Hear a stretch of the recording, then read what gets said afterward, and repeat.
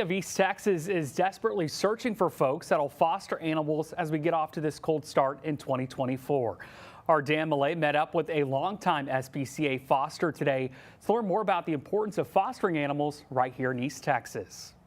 Everyone in East Texas is familiar with the stray pet problem, but not everyone knows the best way to deal with it. Well, Bonnie Barker in White House can tell you all about the importance of fostering and everything she's learned from it.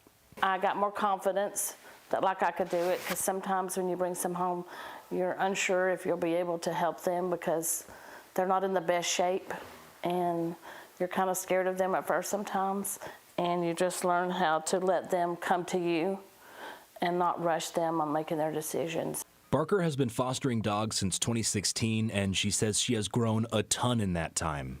Bonnie Barker and other folks that foster are really fulfilling an essential need for these animals because at the end of the day, they just don't have a ton of other options. You know, if we didn't have these foster families available, these dogs would be sitting in cages, you know, in the shelter setting.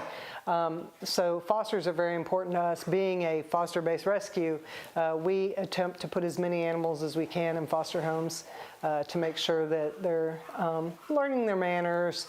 If you're worried about other expenses that could add up while fostering, don't be, because you just provide the home and the SPCA will take care of the rest. Everything else is just kind of a cakewalk. You know, we provide them with all the food, we do all of the veterinary stuff, we give them all the supplies they need, and we're there to just kind of support them and answer any questions they have until we can get that dog adopted. If you're at all interested in fostering, just head to spcaeasttexas.com and help give these animals a second chance at a fulfilling life.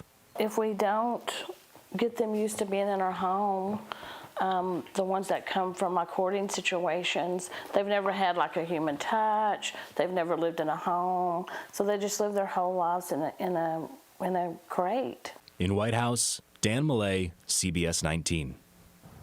Oh, and what you get out of fostering is more, because that pet is just so loving.